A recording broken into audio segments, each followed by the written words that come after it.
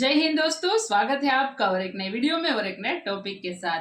Pakistan media and public shocked as India will make 100% ammunition. तो ये अच्छी बात है। भारत चाहता है कि भाई अब वो कम से कम जो चीज़ है उसको इंपोर्ट करे कम से कम, और एक्सपोर्ट हमारा बढ़े। ठीक है, हर एक चीज़ में, हर एक सेक्टर में। तो ये नीति है देश की। जो चीज़ हमारे देश में नहीं होती है वो हालांकि हमें बाहर से इंपोर्ट करनी पड़ती है, क्योंकि कई सारी ऐसी चीज़ें होती है जो कभी बन ही नहीं सकती भारत में। ठीक है, जैसे कि ऐसा समझो सेब, सब जिसको हम एप्पल की बात करें तो वो ज़्यादातर शिमला में ज़्यादा होता है। तो उस वैसे बाकी जो स्टेट है उसमें एप्पल नहीं हो सकता। तो मैं एग्जांपल, अभी तो सब जगह पे लोगों ने ट्राई किया है, सक्सेस भी मिली है कि बाकी स्टेट में भी एप्पल की खेती की। तो ठीक है, तो वैसी वाली कोई चीज़ होगी तो हमें मजबूर हो जाते हैं हम कि वो हमें इंपोर्ट करनी पड़ती है। अब आ गया हम डिफेंस सेक्टर में। तो डिफेंस सेक्टर में अब तक हम ज़्यादातर जो भी सामान प्रोडक्ट जो है डिफेंस सेक्टर की वो बाहर से इंपोर्ट करते हैं, जैसे कि रशिया हो गया, यूएसए हो गया। ठीक है, उसके अलावा जापान है, उसके अलावा 2-3 कंट्री और भी तो जहाँ से हम इंपोर्ट करते थे। लेकिन अब हमें डिपेंडेंसी जो है वो कम करनी पड़ रही है। उस रीज़न आपको सबसे बड़ा एग्जांपल हम देंगे जहाँ से हमने भी सीखा, सब लोगों ने, सभी कंट्री ने सीखा है, वो है रशिया एंड यूक्रेन का। वो पहले दोस्तों ये वीडियो ही देख लेते हैं क्योंकि मेरी भाषण और बढ़ जाएगी। आशा करेंगे दोस्तों ये वीडियो पसंद आएगा, और पसंद आए तो लाइक और शेयर जरूर से कर दीजिएगा। चैनल पर पहली बार है, सब्सक्राइब नहीं किया, साथ में सब्सक्राइब भी कर दीजिएगा। चलिए स्टार्ट।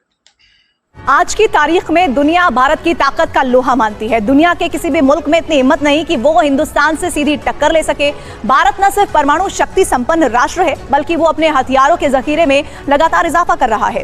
और तो और पिछले 9 साल में भारत ने ग्लोबल डिफेंस मार्केट में जो छलांग लगाई है उससे दुनिया हैरान है। इंडिया जो है वो ये सोच रहा है कि वो वेपन्स एक्सपोर्ट करे, और प्राइम मिनिस्टर मोदी जो हैं वो उन्होंने ये इस बात को कहा है कि जी वो जो इंडियन ओशन रीजन है और जो आसियान है वहां पे अपनी जो डिफेंस आइटम्स हैं वो सेल करना चाहते हैं। और इस हवाले से वो उनका, आपको पता है कि एक प्लान भी है, make in India initiative Bharat का। Today it is on the road to becoming self-reliant, or what we call Atmanirbhar. The Indian Army is aiming to completely cut off imports of ammunition by the next financial year. Aircraft carrier जो होता है ना, इससे बेहतरीन, इससे बड़ा हथियार होता नहीं है। Aircraft carrier is the ultimate guarantor of a Nations will. और बहुत कम देश हैं दुनिया में जिनके पास एयरक्राफ्ट कैरियर है, उसमें से भारत एक है। क्या देखते हैं आपके इंडिया के पास ऐसी क्या चीज़ है कि वो अपने एक्सपोर्ट को, इंडिया को समझ आ गई कि किसी भी मुल्क की तरक्की एक्सपोर्ट के बगैर, खुद की मैन्युफैक्चर के बगैर नहीं है। इसीलिए मोदी अपने मैन्युफैक्चर के ऊपर काम कर रहा है कि जैसे मेड इन इंडिया हर साल के अंदर 1 ट्रिलियन को टच करती है। तकरीबन 152 जो डिफेंस आइटम्स हैं वो इंडिया बेचना चाहता है फ्रेंडली कंट्रीज को, जिसमें वो जो तेजस फाइटर एयरक्राफ्ट है वो भी है, ध्रुव एंड रुद्रा चॉपर्स हैं, और फिर लाइट कॉम्बैट हेलीकॉप्टर्स हैं, और इसके अलावा भी कुछ सुपरसोनिक क्रूज मिसाइल्स भी हैं, ब्रह्मोस जो हैं, और इसके अलावा इनका एक आकाश एयर डिफेंस सिस्टम है जो ये वाकई चाहते हैं कि बेचा जाए। और इस हवाले जय हिंद दोस्तों, भारतीय डिफेंस मिनिस्ट्री की तरफ से बहुत बड़ा फैसला लिया गया, और इसका क्रेडिट कहीं ना कहीं जो आत्मनिर्भर भारत मुहिम है प्रधानमंत्री नरेंद्र मोदी जी की, उसको जाती है। दोस्तों, डिफेंस मिनिस्ट्री का कहना है कि वो नेक्स्ट ईयर यानी 2025 से एमोनेशन मतलब कि जो गोला बारूद होता है वो जो है 100% भारत में ही बनाएंगे, यानी विदेशों से नहीं मंगाएंगे। जैसे जो बुलेट्स होती हैं, और तोप में जो गोले प्रयोग होते हैं, और लॉन्चर में जो गोले प्रयोग होते हैं, मिसाइल में जो प्रयोग होता है विस्फोटक, वो सब हम भारत में ही बनाएंगे। एमोनेशन, आर्म्स तो खैर हम खरीदना जारी रखेंगे, हालांकि वो भी भारत में बनाएंगे, लेकिन जो एमोनेशन है वो 100% भारत में बनाएंगे। आई होप आप लोग एमोनेशन का मतलब समझ रहे हो। जैसे बंदूक आप चलाते तो उसमें जो गोली होती है वो एमोनेशन है, और जो बंदूक है वो आर्म्स है। तो आई होप आप लोग समझ रहे हो, ठीक है। 100% ये मेड इन इंडिया बनेगा। अभी भी 70% भारत खुद बना रहा है, लेकिन अगले साल से ये 100% हो जाएगा, और रूस से और यूएसए से मंगाने की हमें जरूरत ही नहीं होगी। ये डिफेंस मिनिस्ट्री का कहना, ठीक है। It's a huge achievement. आप समझो कि आप किसी वॉर में हो, और अगर आपका एमोनेशन ही किसी दूसरे देश से आ रहा है, वो बंदा सप्लाई कर देगा, आप लड़ ही नहीं पाओगे। तो ये ग्रेट अचीवमेंट है अगर भारत 2025 तक ऐसा करने में सफल होता है।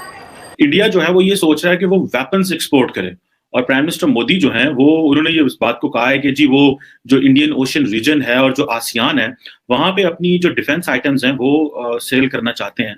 और इस हवाले से वो उनका आपको पता है कि एक प्लान भी है, make in India initiative Bharat का, जिसके ऊपर भारत बड़ा स्ट्रांगली काम भी कर रहा है। तो ये जरा देखना है कि क्या इंडिया वाकई ही एक्सपोर्ट कर सकता है, या इंडिया इस पोजीशन में होगा कि वो वेपन सेल कर सके। क्योंकि कोविड-19 में तो इंडिया ने वैक्सीन तो एक्सपोर्ट की है, और वैक्सीन में चाइना का मुकाबला भी किया है। तो अभी क्या ऑल्टरनेट बन सकता है चाइना का, ये एक बड़ा सीरियस क्वेश्चन है। और इंडिया चाहता है कि वो उसको एक मिलिट्री पार्टनर जो है इंडियन ओशन रीजन में और अफ्रीका में और आसियान में लिया जाए। और उस हवाले से तकरीबन जो मैंने थोड़ी रिसर्च की, तो तकरीबन 152 जो डिफेंस आइटम्स हैं वो इंडिया बेचना चाहता है फ्रेंडली कंट्रीज को, जिसमें वो जो तेजस फाइटर एयरक्राफ्ट है वो भी है, ध्रुव एंड रुद्रा चॉपर्स हैं, और फिर लाइट कॉम्बैट हेलीकॉप्टर्स हैं, और इसके अलावा भी कुछ सुपरसोनिक क्रूज मिसाइल्स भी हैं, ब्रह्मोस जो हैं, और इसके अलावा इनका एक आकाश एयर डिफेंस सिस्टम है जो ये वाकई ही चाहते हैं कि बेचा जाए। और इस हवाले से इंडिया ये प्लान कर रहा है कि जो इंडियन डिफेंस फुटप्रिंट्स हैं वो, या जो चीजें बेची जाएं वो Bangladesh, Afghanistan, Maldives, Mauritius, Vietnam, Philippines, Indonesia और बहुत सारे और छोटे छोटे ममालिक हैं जिनमें ये चीजें जो हैं वो दी जा सकती हैं।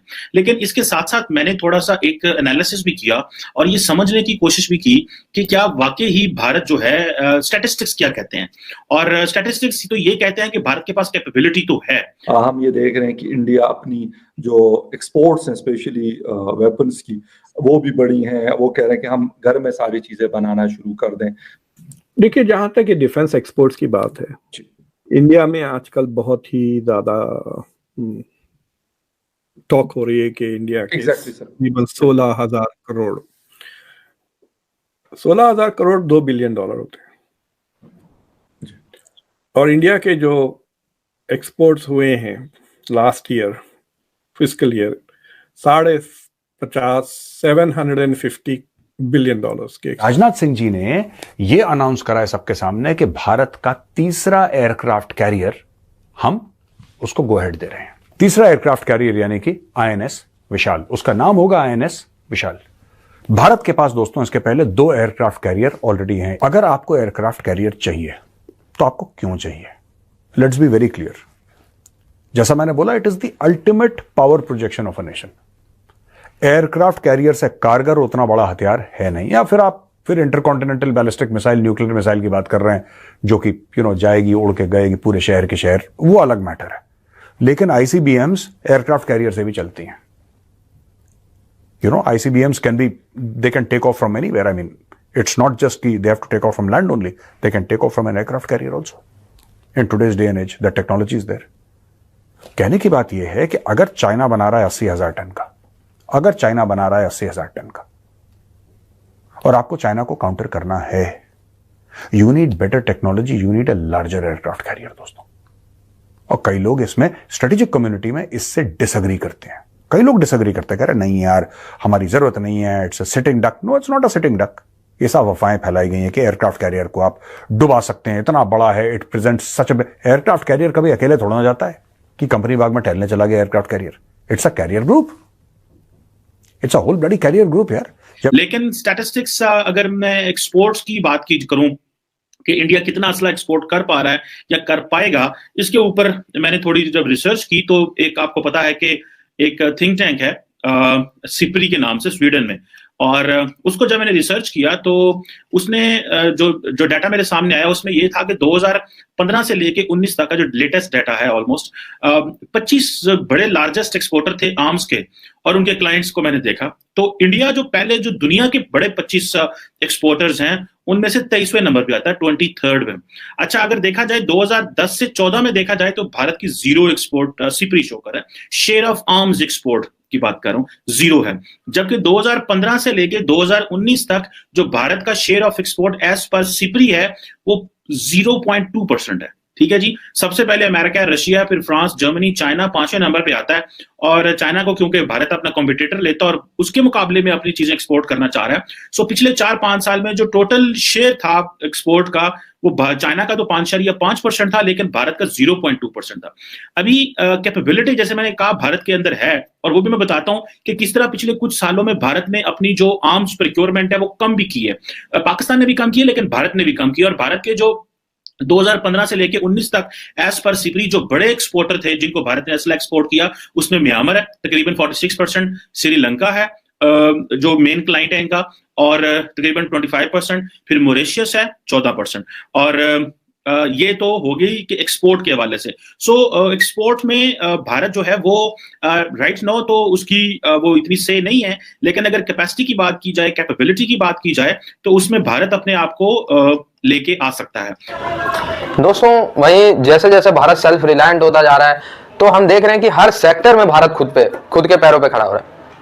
ठीक है, कोई ये नहीं है कि अगर हम आईटी इंडस्ट्री में अपने पैरों पे खड़े हो रहे हैं तो डिफेंस इंडस्ट्री में भी अपने पैरों पे धीरे धीरे खड़े हो रहे हैं। मैं ये नहीं कह रहा कि पूरा आईटी अब भारत खुद ही मैनेज कर रहा है, दूसरे देशों का हेल्प नहीं ले रहा, खुद ही बना रहा है, खुद ही बेच रहा है, नहीं, ऐसी बात नहीं है। सेम डिफेंस में भी बात नहीं, अभी भी हम देखें तो 70% चीजें हमें विदेशों से मंगानी ही पड़ती है। ठीक है, लेकिन डे बाय डे ये नंबर्स घट रहे हैं, ये हमारे लिए रिमार्केबल अचीवमेंट। जहां 2014 में लगभग 97% चीजें हम सिर्फ मंगाते थे, आज का डेट है कि लगभग 37% से ज्यादा चीजें हम अपने देश में बना लेते हैं। ठीक है भाई, 10 सालों में अगर 35% का उछाल आया तो अगली 10 सालों में 35 का और आ जाएगा, 70 हो जाएगा। हालांकि 10 साल नहीं, अब तो मेरे ख्याल से 5-6 साल और लगने वाले हैं। क्योंकि अगर आज के समय में आप देखो, जितने रुपए का हम सामान खरीद रहे हैं, फॉर एग्जाम्पल अगर हम 10,000 रुपए का सामान खरीद रहे हैं दुनिया से, तो हम सोच रहे हैं कि भाई 1500 का हम बेच भी दें। ठीक है, ताकि ये नहीं हो कि सिर्फ हम दुनिया खुद का इन्वेंटर करने वाले देश ना रह जाए।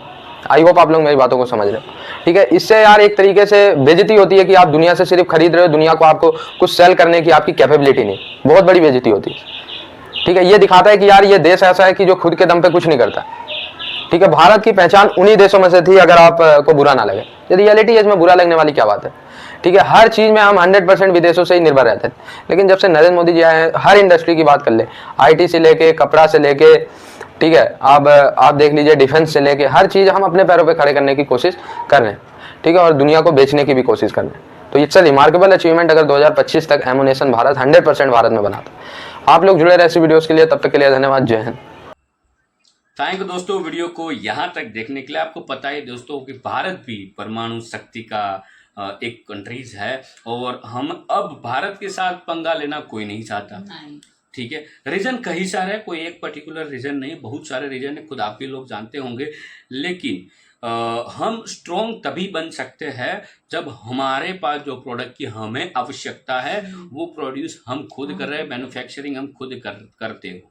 क्योंकि रशिया एंड यूक्रेन की वॉर आपने देखी है, रशिया के पास भी एक टाइम आया कि हथियार की कमी हो गई, यूक्रेन के पास तो ऑलरेडी कमी थी।